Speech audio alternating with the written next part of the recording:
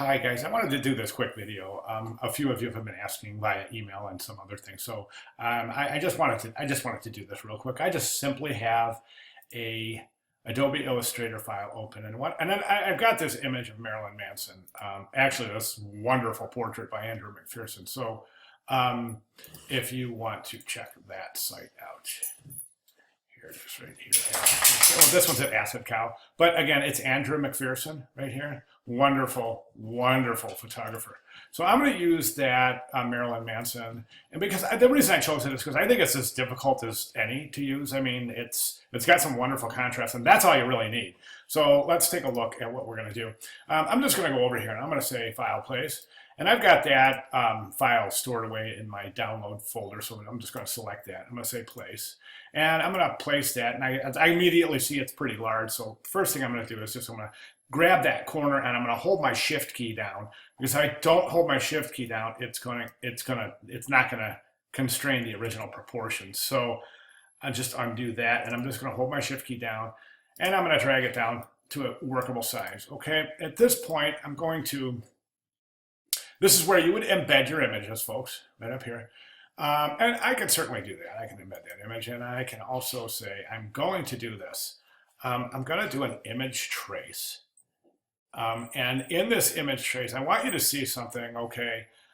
The less amount of tones, when I'm calling them tones, because we're in black and white here. By the way, I do recommend that if you are using a color image, do a black and white adjustment layer, and then use the black and white. It's much easier. So, anyways, so image trace. So what you're going to do is, as you can see, this is already it's shades of gray. It's a tonal piece. It's not a color piece. That being said, we want to use these tones to define these areas in which we can put our type to create our portrait. So basically what I need to do is I need to say, okay, how many tones do I need? And I think the least amount is the best. Now, we can't go just one, because if we go, then that's what we have. So we would be putting black type here and leaving, which would certainly work. Okay, but is it the most interesting thing? I'm going to Command Z that, undo it. And let's go over here, and I'm just going to image trace, and over here, this down arrow, I'm going to go over here. It's got, you can select your colors. And what I'm going to do here is I'm just going to go to 3 colors, because I think that's the best. And you're going to see some results, and these are what you're going to see. Now, note, is this usable?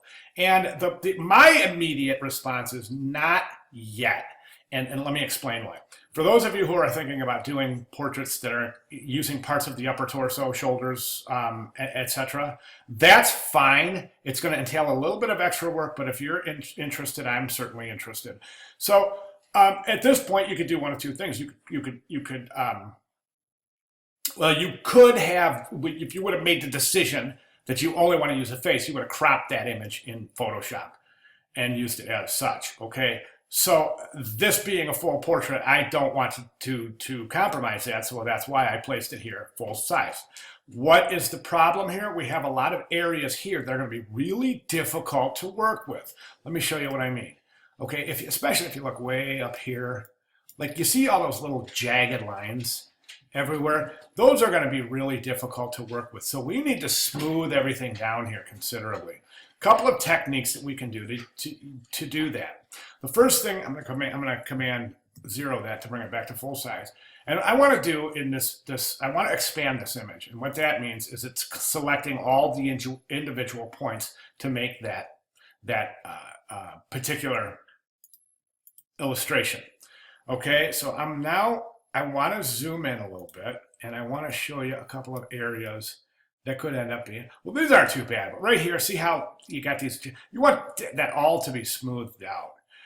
If you take a look at the example I left in the announcements back a couple weeks ago, you'll see what I mean. Like this area right here, it would be difficult to fit type in those little ridges in that, so you need to smooth that area out. How do we do that? Since this is expanded, we can select that type right there, and I can do a couple of things. I can move those points to smooth them out. I can eliminate some, or I can use my smooth tool to smooth some of those areas out. And that's doing a really good job. So now, as you see, that resulting area is going to be a lot easier to work with. Let's look at another technique. Okay, this area right here with the hair, what I would do here is, this is going to be really hard to smooth this out. What I would do here is this. Let me back out a little bit. All right. And what I'm going to do is I'm going to go over to my layers. Follow me for a second here. Here are my layers. Okay. And actually, I did that before. So I'm going to get rid of that so that this is what my file would look like. Okay. And what I'm going to do is I'm going to lock that layer down. Okay. So now that layer is uneditable. I'm going to start a new layer, layer 2. I'm going to make sure I'm on that layer. Then I'm going to come over here to my colors.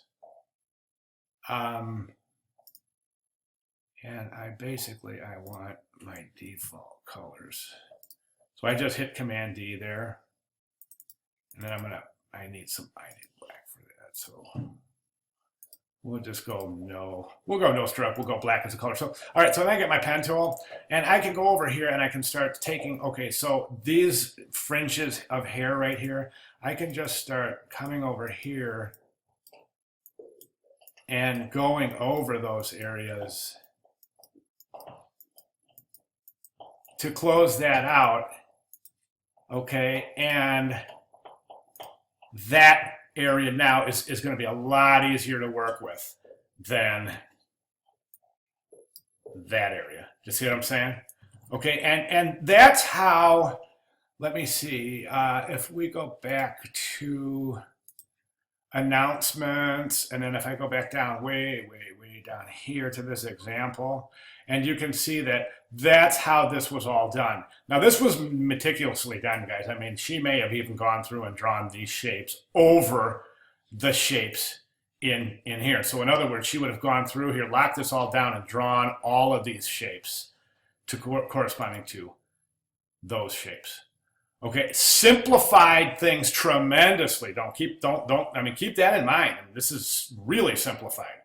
So I don't want you to think that she jumped in here in a couple of clicks and she got to here. This took a lot of work, and I think it translated to the tremendous success of this example. So, all right, hope that answers some questions, guys. If not, please feel free, let me know, and I'll troubleshoot and do another video. Okay, thanks, guys.